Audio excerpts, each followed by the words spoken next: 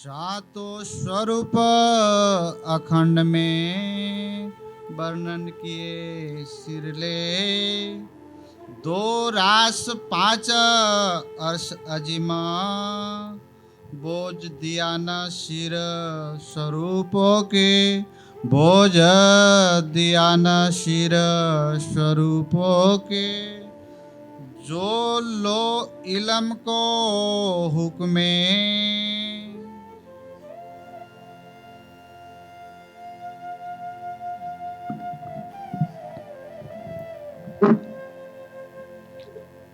अक्षरातीत धामधनी श्री मोहम्मद जी के धाम हृदय से वर्णन करवा रहे हैं। श्री मोहम्मद जी की आत्मा कह रही है कि मैंने हक की मय को लिया। हक की मय को लेने का तात्पर्य क्या है? मैं कुछ नहीं कर रही हूं, करने वाला मेरा प्राणेश्वर है। साहेब के हुक्म में ये बानी गावत है मोहम्मद। हुक्म क्या हुआ? जो राज्य के दिल की इच्छा, उनकी इच्छा से परम धाम में सब कुछ होता है। क्योंकि जब राज्य का ही दिल सभी रूपों में है, तो राज्य के दिल में जो इच्छा होगी वही तो होना होगा। जिस स्वलीला अद्वैत में एक राज्य के सिवा कोई दूसरा नहीं है, तो यह कहना कि हमारी इच्छा से हो रहा है, ये कहीं ना कहीं एक बहुत बड़े गुनाह को जन्म देता है। राज्य के अतिरिक्त हमारा भी कोई अस्तित्व है, एक ब्रह्म है। लीला रूप में हम हैं, लेकिन हम राज्य से अलग नहीं हैं। सागर की लहर सागर का ही रूप है। जब यह भावना आ जाए कि जो कुछ हो रहा है उनके दिल की इच्छा से हो रहा है, तो माया हमारे से हट जाती है। जब हमारे सामने एक अहं का संसार खड़ा हो जाता है कि यह कार्य मैंने किया, जब मैं है तो माया जुड़ जाएगी। लेकिन इसका अर्थ यह नहीं सोचिए कि आपका जीव गलत भी कार्य करे, उसको राज्य के हुक्म पर छोड़ दीजिए। आपने किसी को चांटा मार दिया और कहते हैं कि राज्य का हुक्म था कि चांटा मार दो, मैंने मार दिया, तो ये हुक्म नहीं है। हुक्म के सिर दोस्ते बैठ न सके मोमिन। आप दिन रात सोए रहें, संसारिक विषयों में भागते रहें और कहें कि राज्य का हुक्म होगा तो राज्य दर्शन दे देंगे, ऐसा नहीं होगा। आपको पहले अपना दिल देना पड़ेगा। अक्षरातीत सत्य और न्याय की मर्यादा का उल्लंघन वो भी नहीं कर सकते। इसलिए पद्मावतीपुरी धाम में 10 वर्षों तक की होने वाली लीला में स्वयं श्री जी अक्षरातीत होते हुए भी हर सुंदर साज से चितवनी करवाते हैं, ताकि प्रकृति की मर्यादा टूटने न पाए। जब वे चर्चा करते हैं, राज्य का आवेश प्रकट हो जाता है, उनकी जगह साक्षात युगल स्वरूप दिखने लगते हैं। सुंदर साथ इन नयनों से युगल स्वरूप का दर्शन कर रहा है बिना चितवनी किए। फिर भी प्रातः भी चितवनी हो रही है और शाम के 4:30 बजे भी चितवनी हो रही है। कौन कर रहा है? महामती जी के धाम हृदय में वही राज्य बैठे हैं जो मूल मिलावे में बैठे हैं, और सुंदर साथ उसी भाव से उनकी आरती भी उतार रहा है। लेकिन संध्या की जो आरती होती है, कंचन थाल चौमुख देवला दीपक ज्योति प्रकाश, उसकी अंतिम चौपाई क्या है? महामत चरणोला। सुंदर साथ तो महामती जी के धाम हृदय में युगल स्वरूप को मानकर उनकी आरती उतर रहा है, किंतु इंद्रावती जी की आत्मा कह रही है कि मैं अपने धाम हृदय में विराजमान युगल स्वरूप के चरणों में मैं प्रणाम करती हूँ। यानी यह शरीर अक्षरातीत नहीं है, मिहिराज का तन अक्षरातीत नहीं है। भले ही मिहिराज के तन को अक्षरातीत मानकर सुंदर साथ उनकी आरती क्यों नहीं उतार रहा हो। इसलिए हम किसी भी तन को देखें तो उस तन में बैठे हुए युगल स्वरूप को देखें। कहीं सेवा पूजा भी पधराई हो, बांसुरी है या नहीं, यह मुद्दा नहीं होता है। राज्य बागे से खुश नहीं होते हैं। हमारी नज़र चाहे आंतरिक हो चाहे बाह्य, हमेशा युगल स्वरूप की खोज में हो। किसी भक्त ने कहा है ना, अखियां हर दर्शन की प्यासी। यदि हम किसी से घृणा के भाव रखते हैं, आंखें बंद कर यदि उसके जीव के गुनाहों को नजरअंदाज कर दें और यह सोचें कि इस जीव के ऊपर परमधाम की आत्मा है, तो इस आत्मा के अंदर भी तो मेरा प्राणेश्वर ही युगल स्वरूप के रूप में होगा। तो किसी न किसी रूप में हम माया से सर्वथा पृथक हो सकते हैं, राग द्वेष के बंधनों से अलग हो सकते हैं।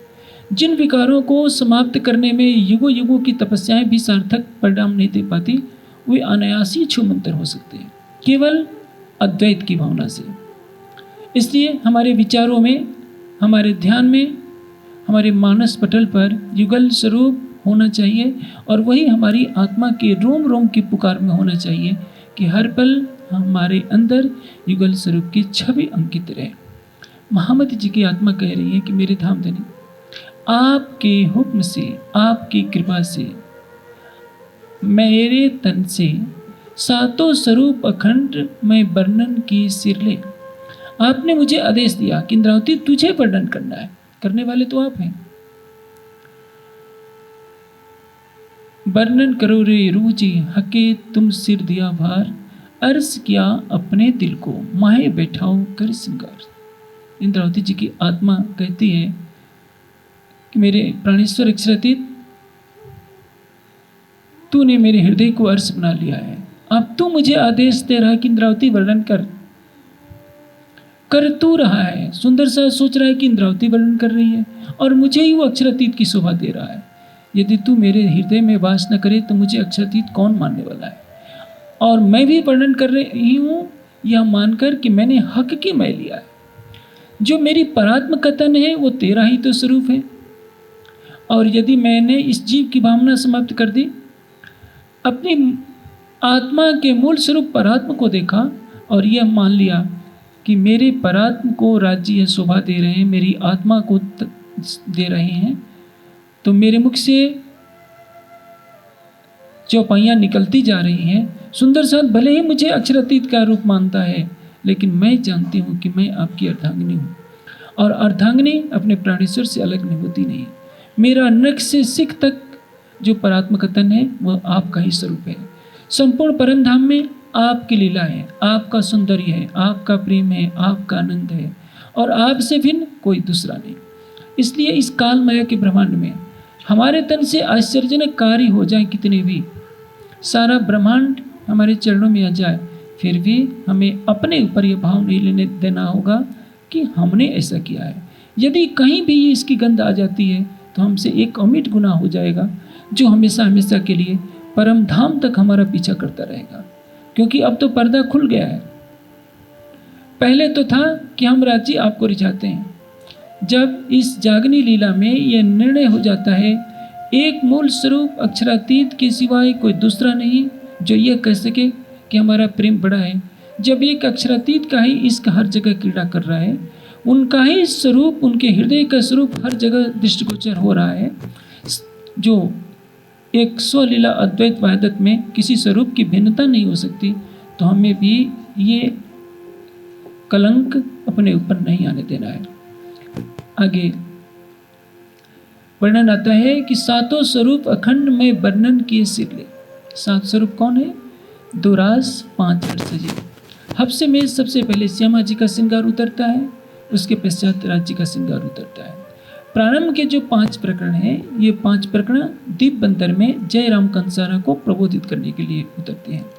इसलिए रास की जब वाणी अवतरित होती है श्यामा जी के श्रृंगार से, अब समय समय पर सागर की वाणी उतरती है पद्मावतीपुरी धाम में आने के पश्चात, और उसके पश्चात श्रृंगार की वाणी उतरती है। सागर और श्रृंगार में राज्य के 5 श्रृंगार का वर्णन है। 2 श्रृंगार होते हैं तीसरी भूमिका के। जब वनों की सवारी में जाते हैं तो एक श्रृंगार राज्य का विशेष होता है। उस समय राज्य के श्रृंगार में पाग के स्थान पर मुकुट की शोभा आ जाती है। और 2 श्रृंगार होते हैं जब वनों में श्रृंगार करती है। तो इस तरह से आप देखेंगे रास ग्रंथ में कहीं इजार का रंग केसरिया है तो कहीं नीले रंग का है।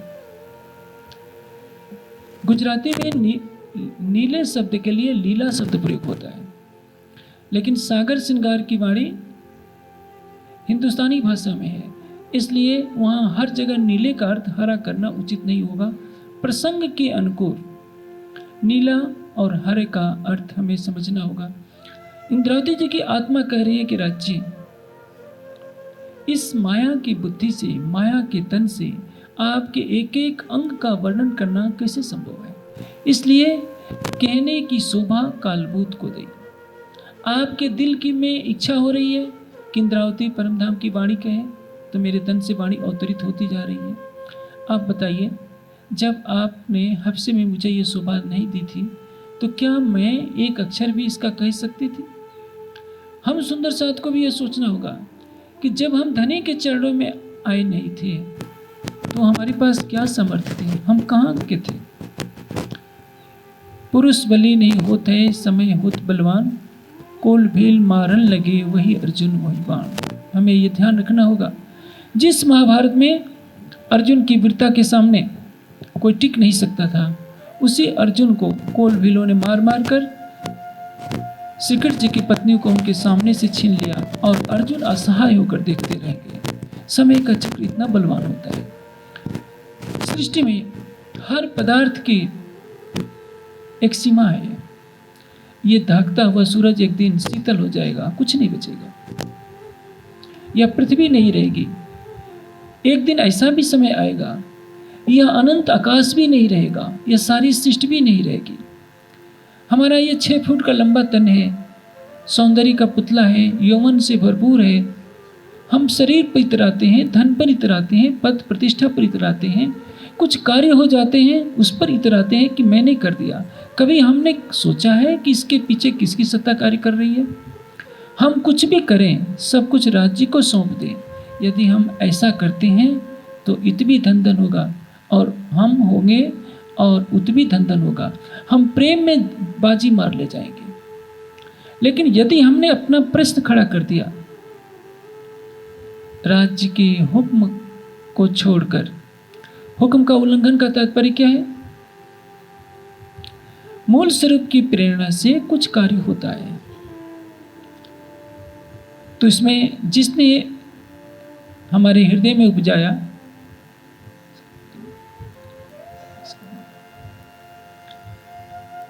जिस मूल स्वरूप ने हमारे हृदय में उपजाया, उसी मूल स्वरूप ने तो अपनी कृपा की शक्ति से उस कार्य को संपादित करवाया। तो इसमें हमारा क्या योगदान हो सकता है? यही बात इस प्रकरण में दर्शाई गई है। चोलो हुक्मे इलम को कया नहीं समझाए, जब तक हुक्म से इलम समझा नहीं जाता है। हम वाणी पढ़ते हैं, वाणी की चौपाइयों का हम अर्थ कर लेते हैं। सागर ग्रंथ में एक चौपाई इल्म के सागर में आती है, श्री मोहम्मद कहे ऐ मोमिनो, ए ऐसी कुंजी बका इलम, ए मेहर देखो महबूब की, तुमको आप पढ़ाए खुद कसम। राज्य हमें पढ़ा रहे हैं, राज्य ही हमें ज्ञान दे रहे हैं। यदि हम यह भावना ले लें कि यह ज्ञान हमारा है, हमारे जैसा कोई नहीं, तो हम तो कहीं ना कहीं गुनाह के भागी हो जा रहे हैं। इल्म है किसका? राज्य का। लेकिन प्रश्न यह है कि राज्य तो सबके लिए बराबर है, इसलिए किसी को ज़्यादा इल्म दे रहे हैं, किसी को कम। यह तो शोभनीय नहीं है कि राज्य पक्षपात करे, ऐसा नहीं है।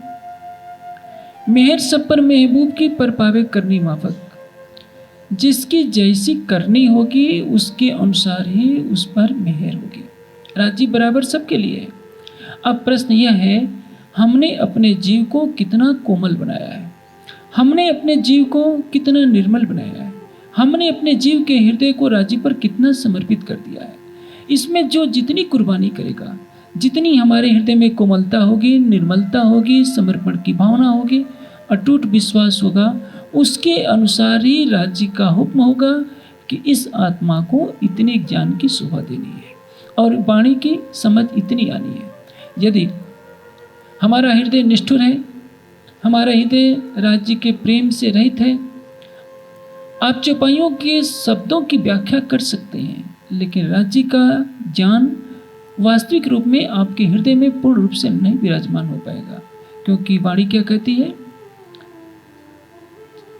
कि ये मेहर देखो महबूब की, तुमको आप पढ़ाए खुद कसम। जिसकी वाणी है उसकी कृपा के बिना आपके हृदय में ज्ञान का प्रकाश नहीं हो सकता। अन्यथा हिंदी के जितने प्रोफेसर हैं सभी वाणी के विशेषज्ञ होते हैं। उनके जिन प्रोफेसरों के हृदय में राज्य के प्रति प्रेम नहीं होगा, चाहे हिंदी के किसी काव्य की कितनी प्रकार से व्याख्या क्यों न कर ले, कबीर जी की वाणी की कर लेंगे, नानक जी की वाणी की कर लेंगे, तुलसी के ग्रंथ की कर लेंगे, लेकिन तारतम वाणी की विस्तृत व्याख्या नहीं हो पाएगी जब तक उस हृदय में राज्य के लिए प्रेम, समर्पण, श्रद्धा, विश्वास का सिंहासन तैयार नहीं होगा। इसलिए कह रहे हैं, जो लोग हुक्म इलम को कहया नहीं समझाए, तो लो सो रूह आपको क्यों कर सके जगाई। एक बात कही जा रही है, जो लोग हुक्म इलम को यानी राज्य के हुक्म से, राज्य के दिल की इच्छा से, जो लोग हुक्म इलम को कहया नहीं समझाए, यानी इल्म को हुक्म समझाता नहीं है। भाव क्या है? हमारे हृदय में तारतम वाणी का प्रकाश जब तक नहीं होता है तब तक तोलो सो रूह आपको क्यों कर सके जगाए। भाव क्या है? जब तक तारतम वाणी का प्रकाश हमारे हृदय में नहीं होगा तब तक कोई भी आत्मा यह दावा नहीं कर सकती है कि मेरी आत्मा जागृत हो गई है। पहले से ही प्रसंग चल रहे हैं, पहले दिन से ही किसी न किसी रूप में, कि यह जागने का ब्रह्मांड है और जागने के इस ब्रह्मांड में हमारी आत्मा कैसे जागृत हो यह हमारे लिए विशेष महत्वपूर्ण है। यदि हमने 18,758 चौपाइयों को याद कर लिया, 18,758 चौपाइयों की अकेले कई भाषाओं में व्याख्या कर दी, तो भी यह गारंटी नहीं है कि हमने वाणी को यथार्थ रूप से समझा है। हम शब्दार्थ करने के अधिकारी हैं, वाणी के गुह्य रहस्यों को जानने के अधिकारी तब तक नहीं हो सकते जब तक हमारा हृदय अक्षरातीत के प्रति प्रेम से, समर्पण से, कोमलता से लबालब न हो जाए। जब तक हमारे हृदय में प्रियतम के प्रेम की मिठास नहीं आती तब तक वाणी के गुह्य रहस्यों को जानने का अधिकार हमें प्राप्त नहीं हो सकेगा। और हमारी आत्मा राज्य का जब तक दीदार करके एक एक अंग की शोभा में डूब नहीं जाती तब तक हमें जागृत होने का भी सुख नहीं मिल सकता। पहले आप देखेंगे श्री देवचंद जी के तन से आड़िका लीला होती है, सब सुंदर साथ चमत्कारों में फंस जाते हैं, उस आड़िका लीला के रस में इतना डूब जाते हैं कि परम धाम की वाणी के अवतरण न होने से कोई सोच ही नहीं पाता कि हमारी आत्मा की जागनी क्या है। जब सागर की वाणी उतरती है, श्रृंगार की वाणी उतरती है, तब सुंदर साथ के मन में तड़प होती है कि नहीं, अब हमें अपनी आत्मा के धाम हृदय में युगल स्वरूप की छवि को बसाना है। श्री जी के साथ दीप बंदर से ही सुंदर साथ जुड़ना शुरू हो जाते हैं। मस्कत बंदर, आवासी बंदर से होते हुए पुनः सूरत में सब इकट्ठे होते हैं। 500 का एक कारवां चलता है जो उदयपुर, जो हरिद्वार, उदयपुर से होते हुए मंदसौर, औरंगाबाद, रामनगर से पन्ना पहुंचते पहुंचते 5000 की संख्या में परिवर्तित हो जाता है। संख्या है 5000 की। उसमें जब श्रृंगार की वाणी अवतरित होती है, सागर की वाणी अवतरित होती है, तब सुंदर साथ की वास्तविक जागनी लीला शुरू होती है। यहीं बैठे बैठे सुंदर साथ परम धाम के 25 पक्षों को देखने लगते हैं, नक्शे सिख तक युगल स्वरूप की छवि को देखने लगते हैं। सबके हृदय में युगल स्वरूप की छवि बस जाती है और एक भूमिका तैयार होती है कि उसको हम एक आदर्श माने, उस जागने लीला को आदर्श माने। आप सुंदर साथ सोचते रहते हैं राज्य प्रलय नहीं करते, प्रलय नहीं करते। प्रलय क्यों करेंगे? जो समय निश्चित, जिस समय लिखा है उस समय पर प्रलय हो जाएगा। लेकिन उसके पहले यदि आप परम धाम चाहते हैं तो उसके लिए तैयार रहना होगा। ब्रज से रास में जाते समय बांसुरी बजी थी और सबने अपना तन छोड़ दिया था। 6ठे दिन की लीला में ये नहीं कहा जा रहा है कि आप अपना शरीर छोड़ दिए। उस समय तो शरीर से मरना था, मन से भी मर गई थी सभी गोपियां और शरीर से भी मर गई थी। इस समय तो यह कहा जा रहा है कि भले ही आप अपने ऐसी कमरों में रहिए, संसार का सुख लीजिए, संगे संबंधियों के बीच भले ही रहिए, लेकिन पहला स्थान राज्य के प्रेम को दीजिए। आप अपने वातानुकूलित घरों में रहते हुए भी यदि राज्य से सच्चा प्रेम करेंगे तो बिना शरीर छोड़े, बिना कष्ट के राज्य आपको यहीं बैठे बैठे जागने का सुख देंगे। लेकिन यदि आप हंसते हुए ये सब नहीं करेंगे तो रो रो कर करना ही पड़ेगा, क्योंकि जो समय है उससे एक पल पहले या एक पल बाद नहीं होगा। लेकिन मूल स्वरूप ने ए दिन किने न किया मुकर्रर, ताए पहचानो जिंदगी खबर। किसी भी तन को राज्य ने यह नहीं बताया है कि महाप्रलय कब होगा, वो मूल स्वरूप ने अपने हाथ में ले लिया है। क्योंकि इस श्रृंगार ग्रंथ का दूसरा प्रकरण है, उस प्रकरण से पहले प्रकरण की अंतिम चौपाई में गाया है, कहा है, एते दिन हक जिस गाया लदुन्नी का बेवरा कर, हके हुक्म हाथ अपने लिया जो दिया था मोहम्मद के सिर पर। अब मूल स्वरूप सबको मारिफत का दरवाजा खोल देना चाहते हैं सबके लिए। इसलिए श्रृंगार का वर्णन करने से पहले ही प्रकरण में कह दिया कि अब तक मैं महामती जी के तन से जरूर वर्णन करवाता रहा हूं, अपनी शोभा का, अपने धाम का, सब कुछ सारा ज्ञान दे दिया है। सागर में मैंने सारा अपना श्रृंगार भी वर्णन कर दिया है, लेकिन अब श्रृंगार के माध्यम से मुझे सबकी आत्मा को मारिफत में डुबो देना है, जिसमें केवल मूल स्वरूप रह जाए। अभी तो हमारा समाज केवल नाम के पीछे लड़ रहा है, शब्दों के पीछे लड़ रहा है, रीति रिवाजों के पीछे लड़ रहा है। आप सोचिए, क्या हमारी स्थिति बन पाई है कि हम परम धाम में प्रवेश कर सके? जिस तन में आत्मा है वो तो परम धाम जाएगी ही, लेकिन यदि हम इसी अवस्था में परम धाम में जाएंगे तो हमारी आत्मा के साथ अमिट गुनाह जुड़ा रहेगा कि हमने राज्य को रिझाया क्या। राज्य तो यदि इस जागनी लीला में हमें कष्ट से रुला कर भी चितवनी में लगा देते हैं तो समझ लीजिए हमारे लिए एक अच्छा ही रहेगा, क्योंकि भले ही हमारे जीव को माया के कष्टों से जूझना पड़ेगा, किसी न किसी बहाने हम राज्य के प्रेम में तो डूबे। इंद्रावती जी कीर्तन में कहती हैं, मैं तो चाहिया सुख को पर धनी की मुझ पर मेहर, ताथे दुख फेर फेर लिया अब सुख लागत है जहर। हम मेहर सागर का पाठ क्यों करते हैं? माया का सुख पाने के लिए। इंद्रावती जी की आत्मा कहती है, श्री मोहम्मद के इन दुख को मोल न कियो जाए, लाख बेर सिर दीजिए तो भी सरभर ना बिताए।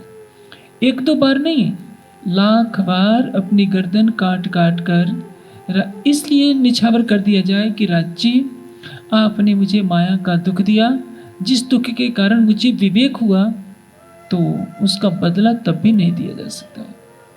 लेकिन हम तो दुख चाहते ही नहीं। दुख बिना न होवे जागने, करे सो कोट उपाय।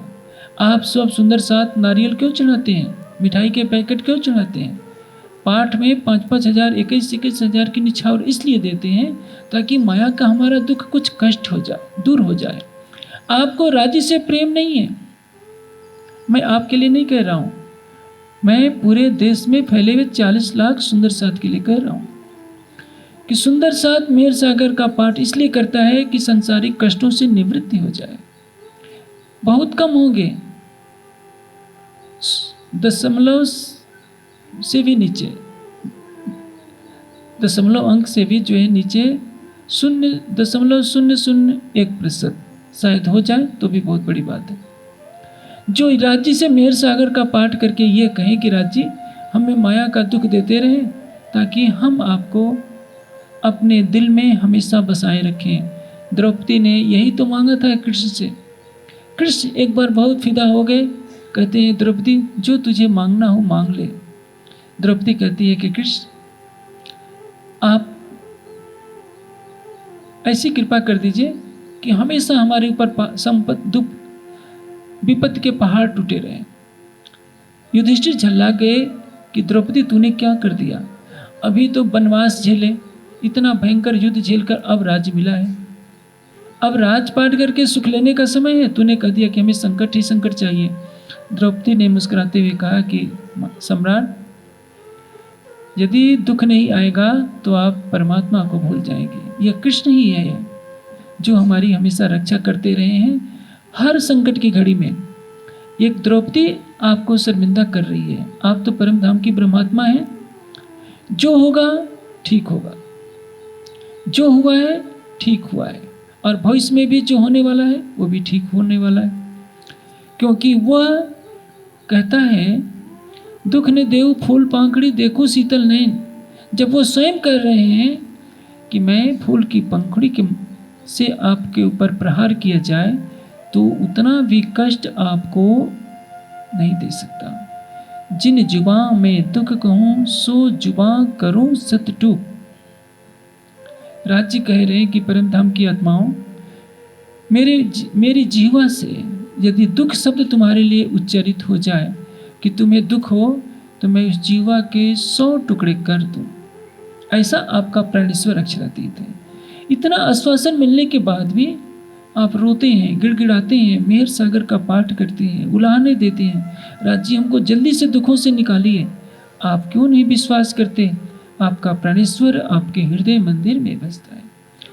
आप यदि उसकी अर्धांगिनी हैं, आप उसकी प्राणेश्वरी हैं, हृदयेश्वरी हैं, ब्रह्मात्मा हैं, तो क्या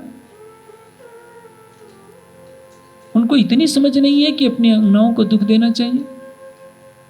इसलिए एक अटूट विश्वास रखिए कि हमारा प्रीतम पल पर हमारे साथ रहता है, और उसने जो भी किया है या जो कर रहा है या जो करने वाला है उसमें हमारी किसी न किसी रूप में भलाई है।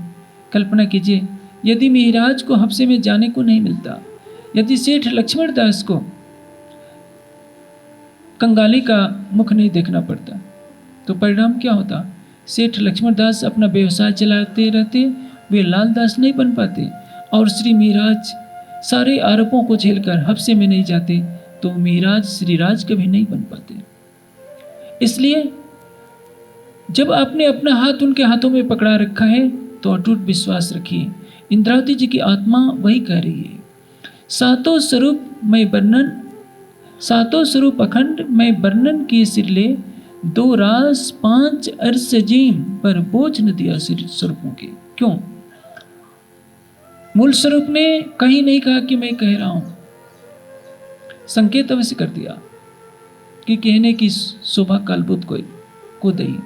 श्रीमुख वाणी धनिये कही, कहने की शोभा कालबुद्ध को दई। यह बात तो कही गई है, लेकिन हर जगह महामती कहे लिख दिया गया है, क्योंकि महामती कहे से समझेंगे सुंदर सा कि तो महामती जी की वाणी है, महामती कह रहे हैं।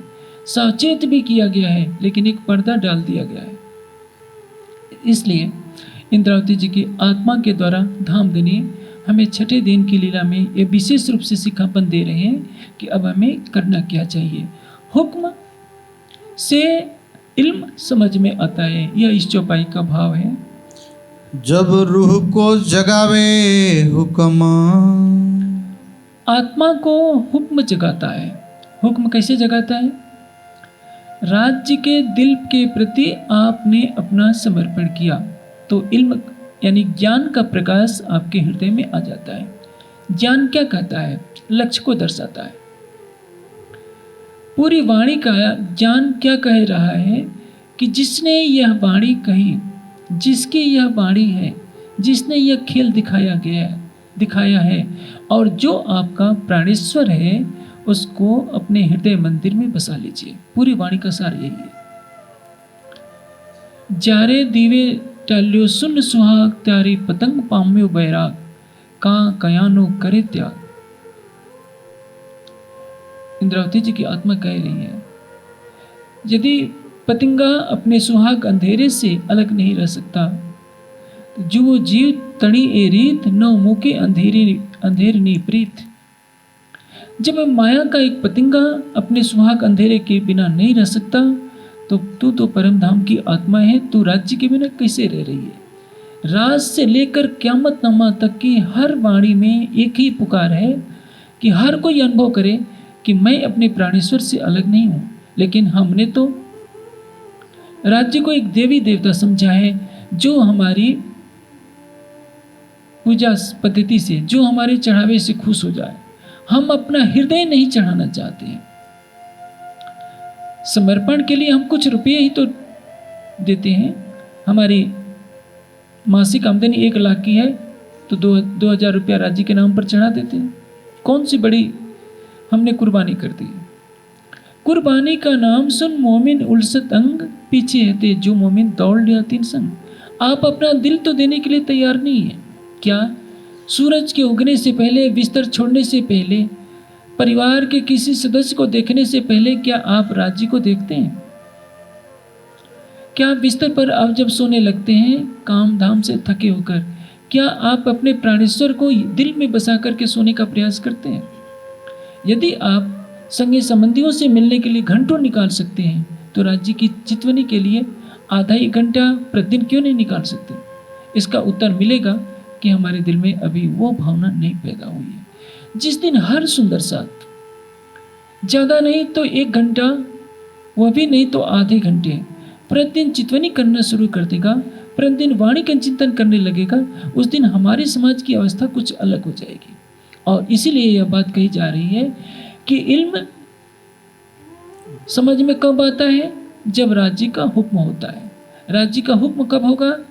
जब हमारे हृदय में राज्य के लिए श्रद्धा, समर्पण, विश्वास, प्रेम का अंकुर फूटेगा, तब राज्य का हुक्म होगा कि इसको वाणी का यथार्थ ज्ञान मिल जाना चाहिए।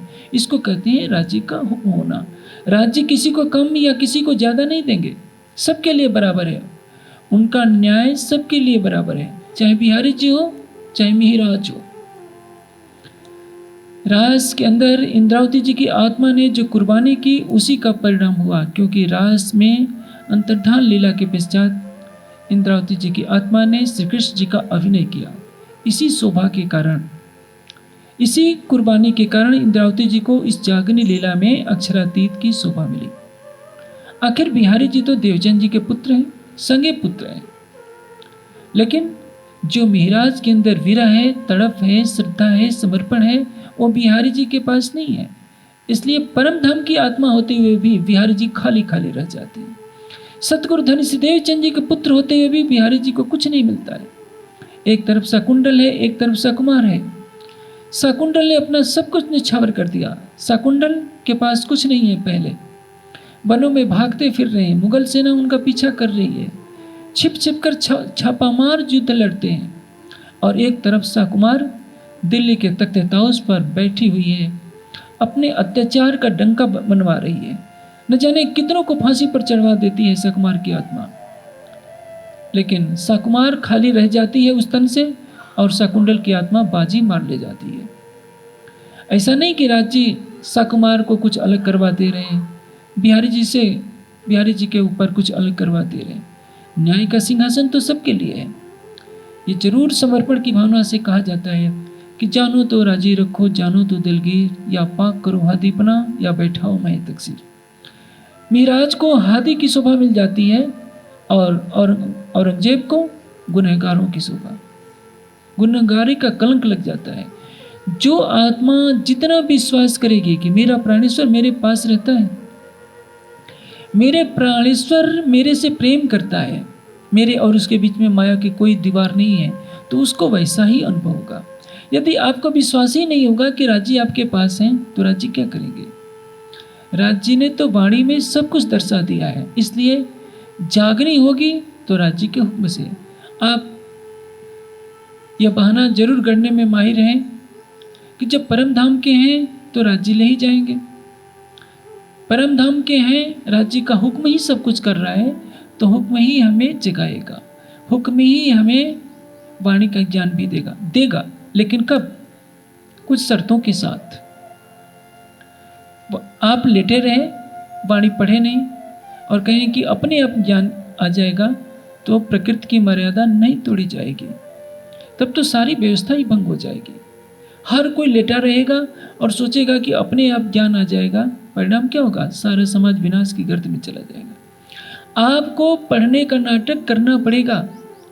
आप वाणी का चिंतन कीजिए समर्पण भावना के साथ कि अक्षरातीत मैं आपकी ब्रह्मवाणी का चिंतन करने जा रही हूँ।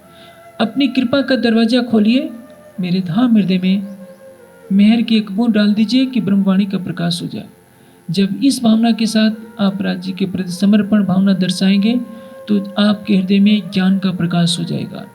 लेकिन जैसे कि मैंने पहले ही कह दिया है, या यदि आपने अहं की ग्रंथि लेकर कि मेरी बुद्धि इतनी तेज है, मैं अपनी बुद्धि के बल से सारे वाणी का ज्ञान ग्रहण कर लूँगा, तो पूर्ण ज्ञान नहीं आएगा।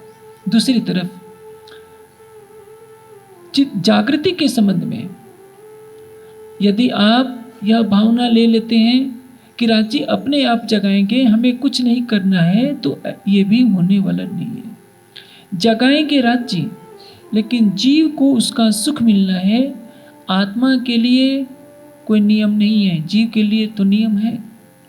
जीव को यदि उस सुख का रसास्वादन करना है तो जीव को चितवनी में बैठना पड़ेगा। जैसे आत्मा तो दृष्टा है, आप 2 घंटे बैठते हैं, 3 घंटे, 4 घंटे बैठते हैं, आपके पैरों में दर्द होता है, कमर में दर्द होता है, मन भागता है, तो यह तो जीव को कसौटी पर कसा जा रहा है। जीव इस माया का है, इसलिए जीव को यदि परम धाम के अखंड सुख का रस पाना है तो कसौटी पर अपने को खरा सिद्ध करना पड़ेगा। इस नियम से वो बच नहीं सकता। इस कारण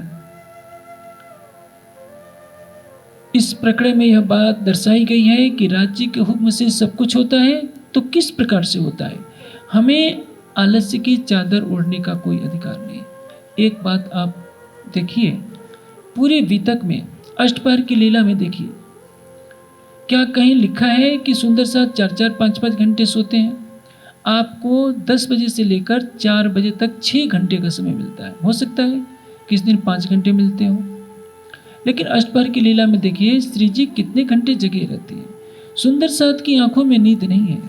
हाँ, वितक में चौपाई जरूर आई है, सबसे पहले उठी आम। 9 से 12 बजे की जो चर्चा होती है तो जीव सृष्टि मनाती रहती है, जल्दी से जल्दी चर्चा सब कब समाप्त होगी, वो व्याकुल रहती है और पैर फैलाकर सोने में सबसे आगे रहती है। परिणाम क्या है, 5000 की जमात है और 12 से 3 की जो अर्चा होती है उसमें कभी 20, कभी 25, कभी 40, कभी 50, 100 की संख्या भी कभी पूरी नहीं होती है। 500 ब्रह्मशिष्टियाँ हैं, 500 ब्रह्मशिष्टियों में कोई कोई है जो विरह की अग्नि में जल रही है ब्रह्मात्मा, वह 12 से 3 भी उसकी आंखों में नींद नहीं है। और सबको जगाने वाले श्रीराज वो सुख सज्जा पर पलंग पर लेटे लेटे सुनते रहते हैं कौन क्या कर रहा है। वो तो परम धाम में भी जागृत है, कालमय के ब्रह्मांड में भी जागृत है। मिराज के धाम हृदय में जरूर बैठे हैं, माया का तन लेकर के बैठे हैं। सुंदर साथ यही सोच रहा है कि श्री जी के लिए हमने कोमल सैया बिछा दी है, श्री जी तो सो रहे होंगे, लेकिन ऐसा नहीं है। वह आत्मा इंद्रावती की है और जिस तन को अक्षरातीत ने जागने का नेतृत्व दिया है वह तन सब सुंदर साथ की तरह तो पैर फैलाकर नहीं सो सकता। इसलिए बंगला जी दरबार में जब श्री जी पलंग पर लेटे भी होते हैं तो सबकी आवाजें सुनते रहते हैं कि ये चर्चा की जो अर्चा कर रहे हैं, दोहरा रहे हैं, कहीं भूल तो नहीं कर रहे हैं। इस तरह की 10 ताल की लीला जो होती है उसमें यहीं बैठे बैठे सुंदर साथ ने सब कुछ देखा। तैसा इत होता गया जैसा हजूर हुक्म करत। जो कुछ हो रहा है राज्य के हुक्म से हो रहा है, लेकिन करनी माफक कृपा, कृपा माफक करनी, ये माफक 2 अंकुर के। जिसका जितना अंकुर होता है वैसी ही करनी करता है, और जैसी वो करनी करता है राज्य उसको वैसा ही फल देते हैं। जीव सृष्टि प्रेम की राह पर चल नहीं पाती है, वो कर्मकांड की राह पकड़ेगी। उसको दिखाना होगा कि देखिए मैंने 5 माला कर ली है, 5 बार तारतम का पाठ कर लिया है। उसको जोर जोर से वाणी का पाठ करके दिखाना होगा कि मैं वाणी के ज्ञान में डूबी पड़ी हूँ। वो अपने प्रेम का, अपने भक्ति का प्रदर्शन करेगी। ईश्वरी सृष्टि के पास कर्मकांड का जाल तो नहीं होगा, इल्म की विशेषता होगी और भक्ति की विशेषता होगी। ब्रह्म सृष्टि के पास मारिफत का इल्म होगा, हकीकत का इल्म होगा और हृदय प्रेम से लबालब भरा होगा। हृदय में प्रेम छलकता फिरेगा। सुनत बिछुआ हादी का साबित राखे पिंड, दिख दिख पड़ोती नकले वरना ही बतनी अखंड। एक पल भी वो धामधनी से अलग नहीं रहना चाहिए, क्योंकि उसका जीवन ही अक्षरातीत के लिए है। परिक्रमा ग्रंथ के पहले प्रकरण में न जाने कितनी चौपाइयां ब्रह्मात्माओं के प्रेम के संबंध में कही गई है कि प्रेम बसे पिया के चित्त। ब्रह्मसृष्टि का श्रृंगार क्या है? प्रेम। प्रेम के बिना ब्रह्मसृष्टि एक पल भी दुनिया में नहीं रह सकती। इसलिए संसार को पीठ देकर ब्रह्मात्मा राज्य के लिए अपने प्रेम का दरवाजा खोले रखेगी, अपने रोम रोम में राज्य का प्रेम बसाएगी, और इस अवस्था में उसकी आत्मा जागृत होकर 25 पक्षों में विहार करती है, युगल स्वरूप के नख से सिख तक की शोभा में विहार करती है। राज्य का हुक्म सब पर रहेगा। जो जितनी कुर्बानी करेगा छठे दिन की लीला में उसको उतना ही फल मिलता जाएगा, चाहे वो ज्ञान का क्षेत्र हो या चितवनी का क्षेत्र हो। आत्म जागृति के लिए एक पंख ज्ञान का लगाना पड़ेगा, एक पंख प्रेम का लगाना पड़ेगा। तब रूह आपे छिप जाई। जब रूह को जगावे हुक्म, तब रूह आपे छिप जाए। वही पुरानी स्मृति दोहराई जा रही है। जब आत्मा जागृत होती है तो रूह, वो आत्मा पीछे वह छिप जाती है, यानी अपने अस्तित्व को समाप्त कर देती है। अपने अस्तित्व का भान किस पर होता है? जब निद्रा है, निद्रा है तो मैं हूं। निद्रा हट जाएगी तो स्वलीला अद्वैत का बोध हो जाएगा कि नहीं, ये मैंने तो कुछ नहीं किया।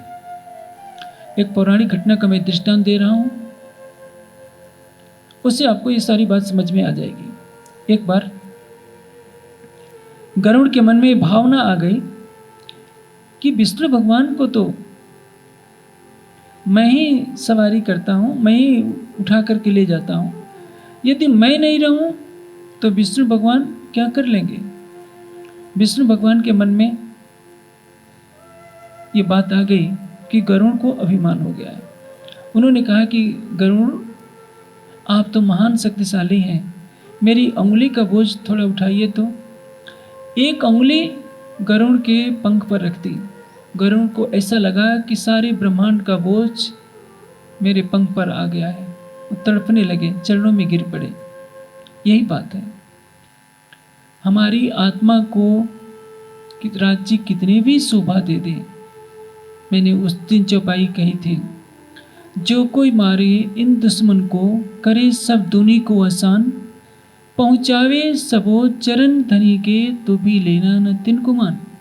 यदि आप सारे ब्रह्मांड को अकेले ही तारतम्य देने की सामर्थ्य रखते हैं, संसार के सारे विद्वानों को अकेले ही जीत लीजिए और परम धाम के ज्ञान का प्रकाश फैलाकर सारे ब्रह्मांड को अकेले तारतम्य दे दीजिए, तो भी मन में भावना नहीं लीजिए कि मैंने किया है। किसने किया है? उस अक्षरातीत ने किया है। इसलिए बार बार आपको वाणी के अंदर यही कथन आएगा कि जो कुछ किया है सब राज्य ने किया है, सब राज्य की कृपा से हुआ है, उनके हुक्म से हुआ है। वाणी की तो बात आप यदि एक तरफ रखकर संसारी ग्रंथों को भी देखेंगे तो योगेश्वर श्री कृष्ण गीता में कहते हैं कि हे अर्जुन, अहंकार के ग्रंथ से बधा हुआ ये जीव स्वयं को कर्ता भोक्ता मानता है और अहंकार की ग्रंथियों में फंस जाता है। स्वाभाविक है कि जीव प्रकृति के सुखों का भोग करता है तो विषयों का सेवन वही करता है। ऐसा नहीं समझना चाहिए कि हम चोरी करें तो कहीं देंगे कि राज्य के हुक्म से हमने चोरी किया, हमारा दोष नहीं है। जीव जब बुरे कर्म करता है तो वो उसका संस्कार है, यह राज्य के हुक्म से नहीं हो रहा है। राज्य का हुक्म आत्मा के लिए है, जीव को उतना ही मिलेगा जितना कि वह कुर्बानी करेगा। इसलिए हर सुंदर साथ इस तथ्य को समझे कि राज्य के हुक्म की लीला कैसी है, राज्य का हुक्म किस प्रकार हमारी आत्मा में ज्ञान का प्रकाश करता है या हमारी आत्मा को जागने की तरफ ले चलता है। तब रहे सिर हुक्मे। ये बात कही जा रही है, जब रूह को जगावे हुक्म, तब रूह आपे छिप जाए, तब रहे सिर हुक्म के। यानी किसने जागृत किया? हुक्म ने जागृत किया। देखिए बीता का प्रसंग, श्यामा जी को राज्य 3 बार दर्शन देते हैं, उनके धाम हृदय में भी बैठ जाते हैं, फिर भी उन्हें जागृत नहीं कहा जा रहा है। आवेश जाको में देखे पूरे, सो जोग माया की नींद हो। उनको अर्ध निद्रा में कहा गया है। आधी नींद है, आधी जागृति है। बरस 99 लो रही हुरम, 99 वर्ष तक पर्दे में रही। यानी 1638 में श्री देवचंद जी के अंदर श्यामा जी की आत्मा प्रविष्ट होती है और 1737 तक वो पर्दे में उनको रहा हुआ कहा जाता है। सती 11 बीच में मेरी बातिन खुली नजर, 10वीं ईसा 11 इमाम, 1745 में 11वीं सदी पूर्ण मानी जाती है।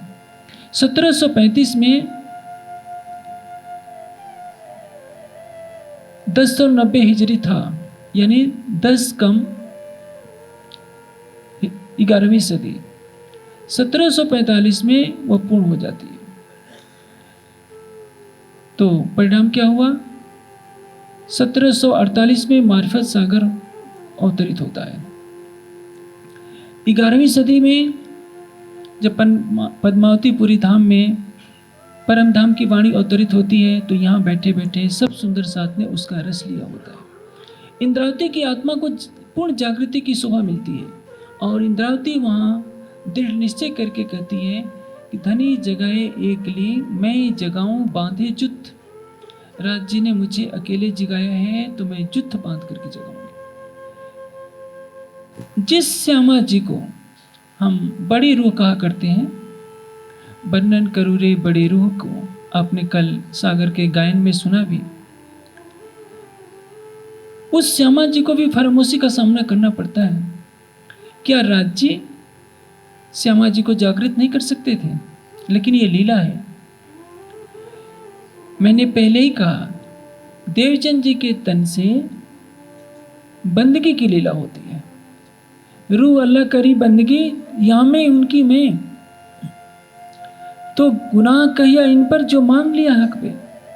श्यामा जी के तन से जो 40 साल की अवस्था तक तरह तरह की साधना पद्धति अपनाई जाती है, उसमें कहीं ना कहीं जीव की मैं बनी रहती है कि मैंने राज्य को पाने के लिए इतना कष्ट सहा है। पिया तो को मैं बहुविध खोजिया, छोड़ धंधा सब और पूछत फिरों सुहागनी, कोई बतावे पिया ठोर। जगह जगह भटकती। मीराज ने ऐसा नहीं किया। मीराज ने स्वयं को निछावर कर दिया हफ्से में कि मेरे धाम धनी, मुझे न बंदगी आती है न कुछ आता है। मेरी आत्मा आपका दीदार चाहती है, मेरा हृदय आपके प्रति समर्पित है और आपको मेरे सामने आना ही पड़ेगा। विरह की अग्नि में तड़प तड़प कर 6 महीने गुजारे। उसके पश्चात युगल स्वरूप उनकी आत्मदृष्टि के सम्मुख होते हैं, बातें होती हैं, उनके धाम हृदय में पुनः विराजमान हो जाती है। लेकिन इंद्रावती ने कहीं मैं का बंधन खड़ा होने नहीं दिया। इसलिए हम सुंदर साथ को भी यह सिखापन लेना होगा कि दोनों तनों से राज्य ने लीला करके हमको दर्शाया है कि हम कुछ भी करें तो अब हमसे वो पुरानी भूल नहीं होनी चाहिए जो श्री देवचंद जी के तन से हुई। उस समय तो वाणी नहीं उतरी थी, लेकिन छठे दिन की लीला में सुंदर साथ को जितनी सुविधा मिली है, उतना ही कठोर बंधनों से भी हमें गुजरना पड़ेगा। उस समय की भूल क्षम्य है, छठे दिन की लीला में भूल क्षम्य नहीं है, क्योंकि उस समय वाणी नहीं थी, इस समय वाणी है। जब तक भूली नींद में तब तक नहीं दोष, जब जागी हक किल में भूली सिर अफसोस। देवचंद जी के तन से तो वाणी नहीं उतरी थी। उनके जीव को तो यह नहीं मालूम था कि समर्पण की भाषा में कुछ मांग नहीं रखी जाती है। समर्पण आपने कर दिया तो ये मत कहिए कि हमने आपकी इतनी बंदगी की है तो राज्य ये कीजिए। आज हम सुंदर साथ वाणी पढ़ते हैं, वाणी पर व्याख्यान देते हैं, सैकड़ों पाठ कर लेते हैं और उस भूल को दोहराएंगे तो कहीं ना कहीं हमारे ऊपर अमिट गुनाह छा जाएगा। यही बात इस चौपाई में दर्शाई जा रही है। यों हुक्म इलम समझाई। इस तरह से हुक्म से इलम को समझा जाता है।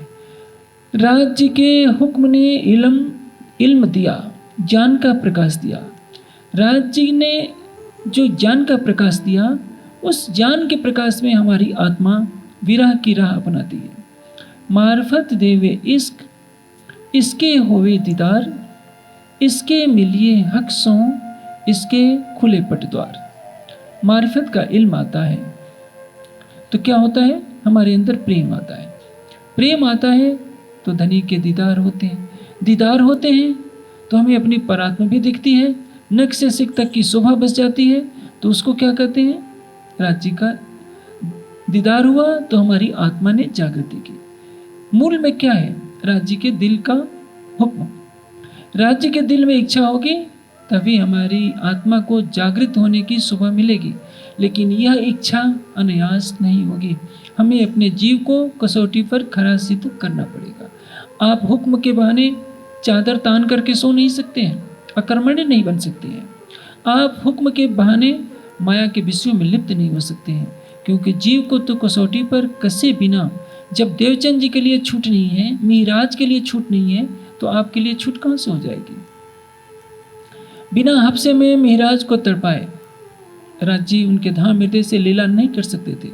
बिना श्री देवचंद जी को कसौटी पर कसे हुए राज्य देवचंद जी को भी वो शोभा नहीं दे सकते, चाहे वो लालदास जी हो, चाहे मुकुंद दास जी हो, चाहे महाराजा छत्रसाल जी क्यों ना हो। सबको कसौटी पर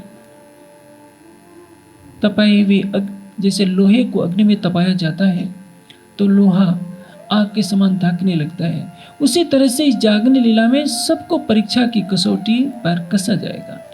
उनके जीव को उस योग्य बनाया जाएगा, तभी वह शोभा दी जाएगी, अन्यथा सारी मर्यादाएं टूट जाएंगी। हर कोई आलस्य प्रमाद का शिकार हो जाएगा कि राज्य सब कुछ है तो वही करेंगे, क्यों हम चितवनी करें, क्यों हम वाणी के चिंतन में डूबें, क्यों परिश्रम करें। जब तक ये आलस्यवादी मनोवृत्तियां हमारे हृदय मंदिर में रहेगी, तब तक हमें जागृत कहलाने का अधिकार नहीं। आप कल्पना कीजिए, श्रृंगार ग्रंथ में राज्य के एक एक अंग का कितना मनोहारी वर्णन है। नेत्रों की तरफ जब जाते हैं तो वाणी पुकार करके कहती है, देखो नैना नूर जमाल जो रूहों पर संकुल, अरवा हुए जो अर्श की सो जिन जावे खिन भूल। यदि आप इस संसार में किसी प्रेमी की तरफ देखते हैं तो शायद उसके नेत्रों से पलक हटाने की इच्छा नहीं करती। और आपके लिए न जाने कितनी बार राज्य ने अपने नेत्र कमल का वर्णन किया है, अपने माथे का वर्णन किया है, अपने घुघराले बालों का वर्णन किया है, हथेलियों का वर्णन किया है, कलाइयों का वर्णन किया है, नाखूनों का वर्णन किया है। प्रातःकाल दोपहर की चर्चा में आपने सुना था हृदय कमल पर आए हुए हारों की शोभा के संबंध में कि राज्य का हृदय कमल कितना सुंदर है। उनके बाजूबंद, कमर, चरण कमल, घुटना, घुंटी, टखने, एक एक अंग का कितना विस्तृत वर्णन है। और इतना वर्णन होने के पश्चात इंद्रावती की आत्मा कह रही है कि मेरे तन से यह वर्णन कैसे हो जा रहा है, ये बहुत आश्चर्य की बात है। मेरा हृदय इतनी अनंत शोभा को कैसे व्यक्त कर पा रहा है, जिसकी एक झलक मिलने से यह जीव शरीर को छोड़ सकता है, और मैं कह करके भी इस शरीर को धारण किए रह रही हूँ, तो ये राज्य के हुक्म के बिना संभव नहीं हो पाएगा। सौंदर्य की उस राशि को देखने के पश्चात जीव में इतनी सामर्थ्य ही नहीं होती कि अपने शरीर को रखे, क्योंकि उससे उसको अलग करेंगे तो तड़प करके प्राण छोड़ देना चाहता है। लेकिन राज्य का जब हुक्म होता है कि नहीं, इस तन से अभी कार्य कराना है, तो हृदय इतना मजबूत कर देते हैं कि वह हृदय राज्य की शोभा को देख भी लेता है। जो हक देखे देखे टिका रहे, सोई अर्श के तन, सोई करे मूल मजकूर सोई करे वर्णन। राज्य के दर्शन के पश्चात भी जो तन टिका रहता है, समझ लेना चाहिए कि वो परम धाम की आत्मा है, और परम धाम की आत्मा ही राज्य को यथार्थ रूप से देखती है, पूर्ण रूप से वर्णित करती है। यह कभी नहीं मन में सोचना चाहिए कि राज्य का दर्शन करेंगे तो हमारा शरीर छूट जाएगा, कभी भी नहीं छूटेगा। केवल एक शर्त होनी चाहिए, आपके हृदय में राज्य के लिए अटूट प्रेम होना चाहिए। अहंग के ग्रंथ को हटा दीजिए। यदि आपने अपने अहंग के ग्रंथ को हमेशा के लिए हटा दिया तो अनंत सौंदर्य को देखने के बाद भी आपके हृदय में जो शक्ति आएगी उसके बल पर आपका हृदय अपने शरीर को संभाले रखेगा। हर पल राज्य आपके साथ हैं। मैंने कहा राज्य की मेहर पल पल बरसती रहती है, उसके लिए गोटा पारायण की आवश्यकता नहीं है। मैं ये नहीं कहता कि आप मेहर सागर का पाठ न कीजिए, छोटे बच्चों से कराइए, लेकिन यह तो समझिए मेहर का सागर कहते किसको है। उसके हृदय में अनंत प्रेम उमड़ रहा है, अनंत वहदत का सागर क्रीड़ा कर रहा है, अनंत सौंदर्य की राशि जो अक्षरातीत के हृदय में है, वहदत के स्वरूपों में, श्यामा जी के स्वरूप में, सखियों के स्वरूप में, राज्य के स्वरूप में है। आपको यहीं बैठे बैठे जब राज्य का नख से सिख तक सौंदर्य दिखने लगे, श्यामा जी दिखने लगे, आपको अपनी परात्म दिखने लगे, 25 पक्ष दिखने लगे, प्रेम की रसधारा आने लगे, वहदत का अनुभव होने लगे, निस्बत अखंड निस्बत का बोध होने लगे कि राज्य एक पल भी हमारे से अलग नहीं है, और युगल स्वरूप के नख से सिख तक की शोभा के साथ इल्म का रस भी आपके अंदर आने लगे, मारिफत का इल्म आपके हृदय में आनंद की वर्षा करने लगे, तो समझ लीजिए अब हमारे ऊपर राज्य की मेहर की वर्षा होने लगी है। 8 सागरों का रस जब आपके हृदय में उड़ेला जाए तो इसको कहते हैं राज्य की मेहर का होना। आप झोपड़ी से यदि करोड़ोपति बन गए, प्राइम मिनिस्टर बन गए, तो इसको मत मान लीजिए कि राज्य ने हमारे ऊपर मेहर की। ये तो माया की मेहर है जो किसी को भी हो सकती है। राज्य की मेहर राज्य की महिमा के अनुकूल होगी। जब तक राज्य के हृदय का रस आपके हृदय में नहीं आएगा तब तक उसको मेहर की संज्ञा नहीं दी जा सकती है। हाँ, कुछ चमत्कारी घटनाओं में आपके शरीर की रक्षा हो गई तो हम उसको जाहिरी मेहर, प्रत्यक्ष आंखों से दिखने वाली मेहर कहकर अपने को संतोष दे सकते हैं, लेकिन वास्तविक कृपा वह है, मेहर वह है जिसमें राज्य अपने हृदय का रस आपको उड़ेल देते हैं। इसलिए जब भी आप राज्य से मेहर की प्रार्थना कीजिए तो यह कहिए अपने हृदय का रस दीजिए, अपना दीदार दीजिए, अपना प्रेम दीजिए, हमारे दिल से अपने दिल को एक कर दीजिए और कुछ मत मांगिए। ब्रह्मांड की साहिबी नहीं, ब्रह्मांड का पद नहीं, आपका प्राणेश्वर आपके हृदय सिंहासन में मुस्कुराता हुआ दिखे, इससे बड़े जीवन की उपलब्धि कुछ नहीं होगी। और तभी आत्मा अपने को जागृत भी कर सकती है। उस अवस्था में आत्मा राज्य के दिल पर राज्य की शोभा को छोड़कर स्वयं पीछे छिप जाती है। यह है हुक्म से इल्म का समझना और हुक्म से रूह का जागृत होना, जिसमें वो स्वयं को पीछे कर लेती है और यह कहती है जो कुछ हुआ है तुमसे हुआ है सब तुमसे, होगा सब तुमसे, और जो अब भी हो रहा है वो तुमसे। क्योंकि परम धाम में तू था, रास में तू था, ब्रज में तू था, जागनी में तू था। हम तो न थे, न हैं और न कभी होंगे। जो हम हैं वो भी तो आप ही हैं। इसलिए इस भेद की लकीर को जब हम समाप्त करके अभेदता में प्रवेश करते हैं तभी हमें पूर्ण रूप से जागृत होने का अधिकार मिल सकता है, जागृत होने की शोभा मिल सकती है। और जागनी ब्रह्मांड में यही सबसे बड़ा मुद्दा है जिसके मार्ग पर हम सब सुंदर साथ को चलना होगा। मैं आशा करता हूँ कि आज श्रृंगार की चर्चा की ये बातें आपको हृदयंगम कर गई होगी, और मैं धामधनी से यही प्रार्थना करूँगा कि सबके हृदय में ऐसी भावना भर दें धामधनी जो जागने के वास्तविक रहस्य को समझ सकें। अब चपाई दोहराइए। जब रूह को जगावे हुक्मा,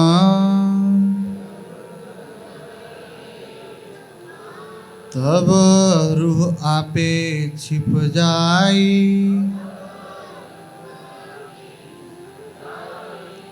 तब रहे सिर हुक्म के,